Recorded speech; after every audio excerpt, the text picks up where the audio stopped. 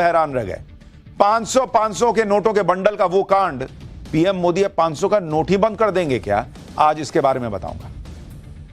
भाई, पीएम नरेंद्र मोदी इस समय एक के बाद एक स्ट्राइक तो कर ही रहे हैं। पाकिस्तान पर, पाकिस्तान के आतंकी ठिकानों पर, अवैध बांग्लादेशियों पर, रोहिंग्याओं पर, और अब एक बार फिर से ब्लैक मनी पर स्ट्राइक के मूड में दिख रहा है। प्रधानमंत्री ब्लैक मनी पर कोई बड़ा फैसला ले सकते हैं और इसकी संभावना हाल की घटनाओं के बाद बढ़ गई है। कई अधिकारियों से लेकर मंत्रियों तक के पास अकूत कैश मिल चुका है और यह सिलसिला लगातार जारी है। ताजा घटना जो है वो ओडिशा की है, जहां एक इंजीनियर के पास से भयंकर कैश मिला। आप देखिए ना बॉस, लोग जमीन पर कालीन बिछाते हैं, वहां नोटों का बंडल बिछा हुआ है। इतना कैश मिला कि विजिलेंस की टीम की आंखें फटी की फटी रह गई। ये देखिए, 500 रुपए के नोटों के बंडल। अरे भाई साहब, जिधर देखिए उधर ही बंडल है बंडल। ये हाल था। हद तो यह है कि जब विजिलेंस की टीम ने इंजीनियर के घर पर छापा मारा तो इंजीनियर ने खिड़की से करोड़ों रुपए नीचे फेंक दिए। सोचिए उसके पास कितना पैसा रहा होगा जो उसने करोड़ों रुपए ऐसे ही खिड़की से नीचे फेंक दिए। जो नीचे खड़ा रहा होगा तो कहा होगा, अरे भैया नोट बरस रहा है। ओडिशा में काली कमाई वाले इंजीनियर की एक एक डिटेल आज आपको बताऊंगा। इंजीनियर के घर से मिले कैश का भंडार भी दिखाऊंगा। कैश के अलावा और क्या क्या मिला है यह भी बताऊंगा।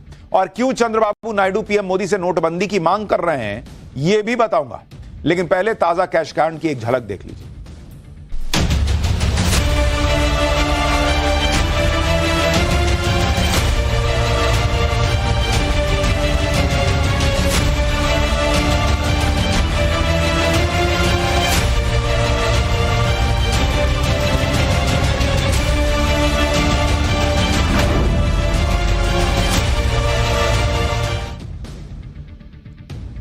ओडिशा के भुवनेश्वर में आज स्टेट विजिलेंस टीम ने ग्रामीण कार्य विभाग के चीफ इंजीनियर के घर पर छापा मारा। चीफ इंजीनियर बैकुंठनाथ सारंगी के फ्लैट से विजिलेंस की टीम को करोड़ों रुपए का कैश मिला। आप देखिए, यह सारा कैश ऑलमोस्ट 500 रुपए की गड्डियों में ही था।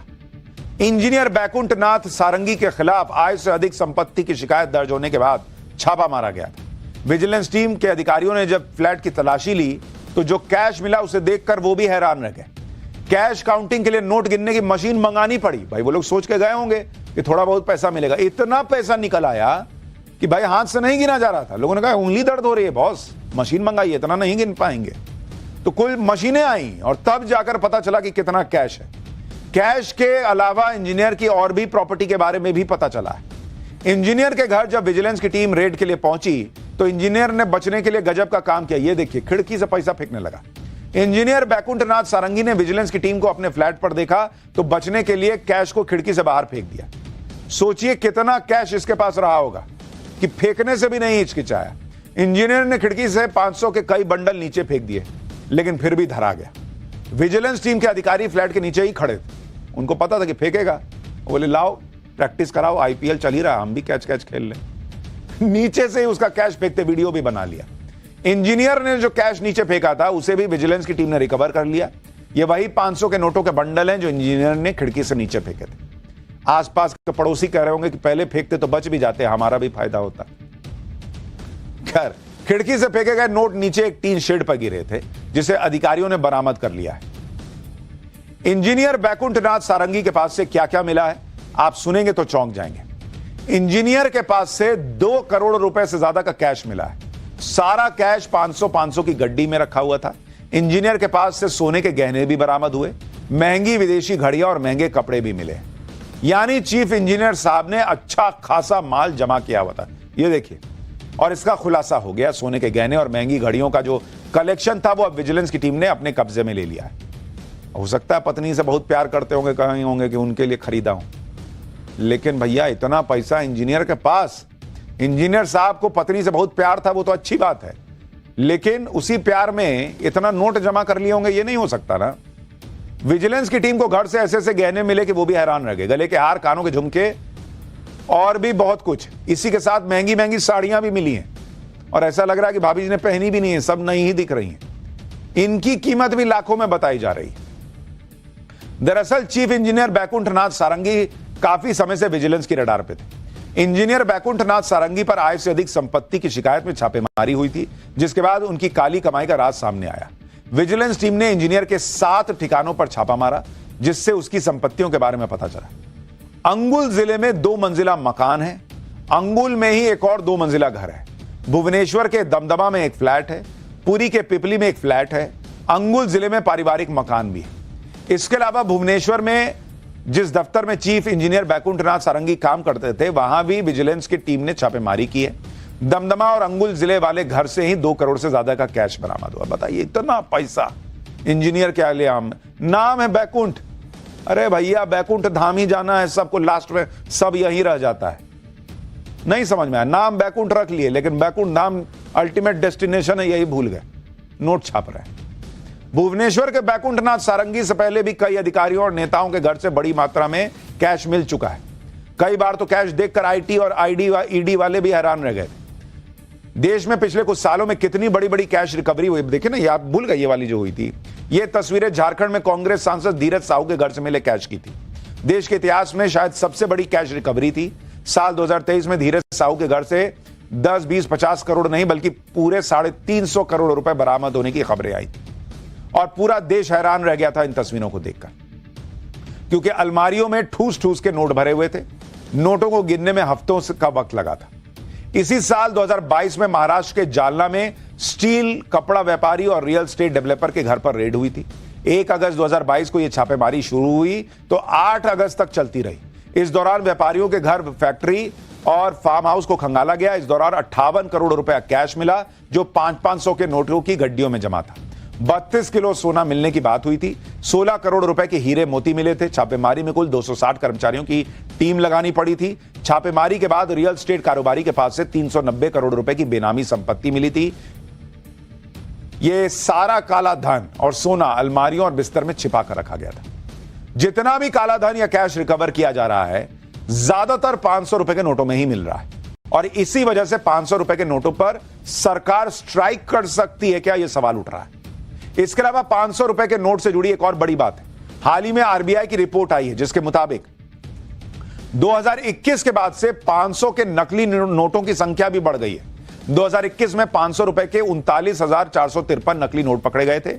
2023 में 500 रुपए के 91,110 नकली नोट पकड़े गए और 2025 में अब तक 500 के 1,17,772 नोट ऑलरेडी पकड़े जा चुके हैं।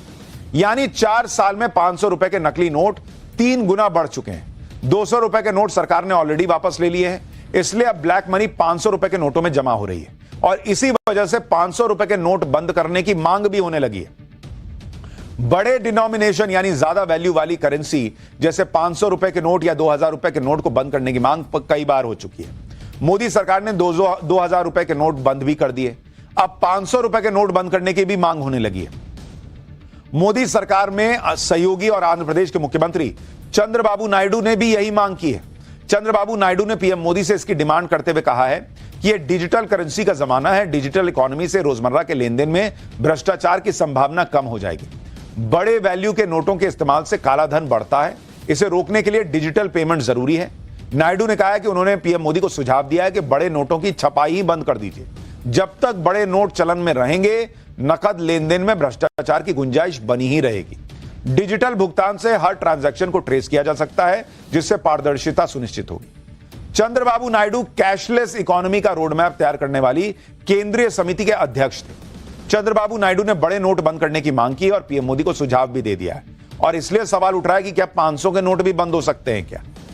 ब्लैक मनी और करप्शन पर पीएम मोदी की जीरो टॉलरेंस की पॉलिसी है और डिजिटल इकोनॉमी और कैशलेस इकोनॉमी की वकालत वो भी करते हैं। चंद्रबाबू नायडू की डिमांड के बाद यह चर्चा शुरू हो गई है कि क्या पीएम मोदी कोई बड़ा फैसला ले सकते हैं, क्योंकि एक फैक्ट यह भी है कि 500 रुपए के नोट की प्रिंटिंग लागत भी बढ़ गई। आरबीआई की रिपोर्ट के मुताबिक 500 रुपए के नोट की वजह से करेंसी प्रिंटिंग की लागत 25% बढ़ गई। 500 रुपए के नोट देश भर में सबसे ज्यादा प्रचलित और चलन में। देश भर में जितना कैश है उसमें 500 रुपए के नोटों की हिस्सेदारी 86% है, जबकि सारे नोटों की संख्या में 500 रुपए के नोट 40% हैं। यानी वैल्यू और संख्या के मामले में 500 रुपए के नोटों की हिस्सेदारी सबसे ज्यादा है। दूसरे नंबर पर सबसे ज्यादा नोट 10 रुपए के हैं, जिसकी हिस्सेदारी 16.5% की है। यानी 500 रुपए के नोट की वजह से एक्स्ट्रा खर्च भी हो रहा है सरकार को, आरबीआई को, और जहां भी एक्स्ट्रा खर्च होता है उस पर पीएम मोदी की नजर सबसे पहले जाती है। हो सकता है कि आने वाले समय में पीएम मोदी 500 रुपए के नोट को लेकर कोई बड़ा फैसला कर ले। तो भैया जो लोग दबाए बैठे हैं कहीं दबा ही ना रह जाए। देखिए क्या होता है आगे। लेकिन इस देश में सेनाओं की का जो शौर्य है वो दबा हुआ नहीं है, और उसमें महिला पुरुष भी अलग अलग नहीं है। पाठशाला में अब देश के गौरव का चैप्टर, अगला चैप्टर एनडीए की पासिंग आउट परेड में आज वो हुआ जो हर भारतीय को गर्व से भर देगा। पुणे के खड़गवासला में एनडीए यानी नेशनल डिफेंस एकेडमी में आज नया इतिहास बन गया है। एनडीए के इतिहास में पहली बार पासिंग आउट परेड में नारी शक्ति की झलक दिखी।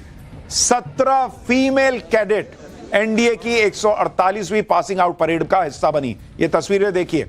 पूर्व सेना प्रमुख जनरल वीके सिंह ने पासिंग आउट परेड की सलामी ली और एनडीए में महिला शक्ति की एंट्री को नई संभावनाओं की शुरुआत बताया। आप देखिए सारी जो है वो एनडीए से लड़कियों का जो पहला बैच पास हुआ, ये उसकी तस्वीर है। ये सारी महिला कैडेट है। पासिंग आउट में शामिल फीमेल कैडेट्स का जोश पूरी तरह से हाई नजर आया। उन्होंने पासिंग आउट परेड में मेल कैडेट्स के साथ कदम से कदम मिलाते हुए मार्च किया। देश की आजादी के बाद करीब 75 साल बाद लड़कियों के लिए एनडीए में एंट्री के दरवाजे कैसे खुले, इसके बारे में आगे बताऊंगा। पहले एनडीए की पासिंग आउट परेड में बने इतिहास की एक झलक देखिए और गर्व महसूस कीजिए।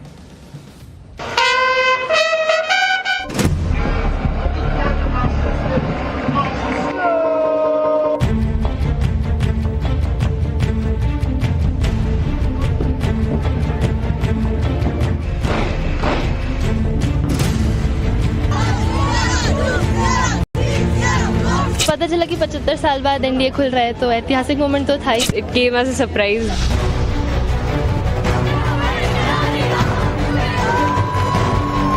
These young women are an inimitable symbol of Nari Shakti, embodying not just women development but women-led development.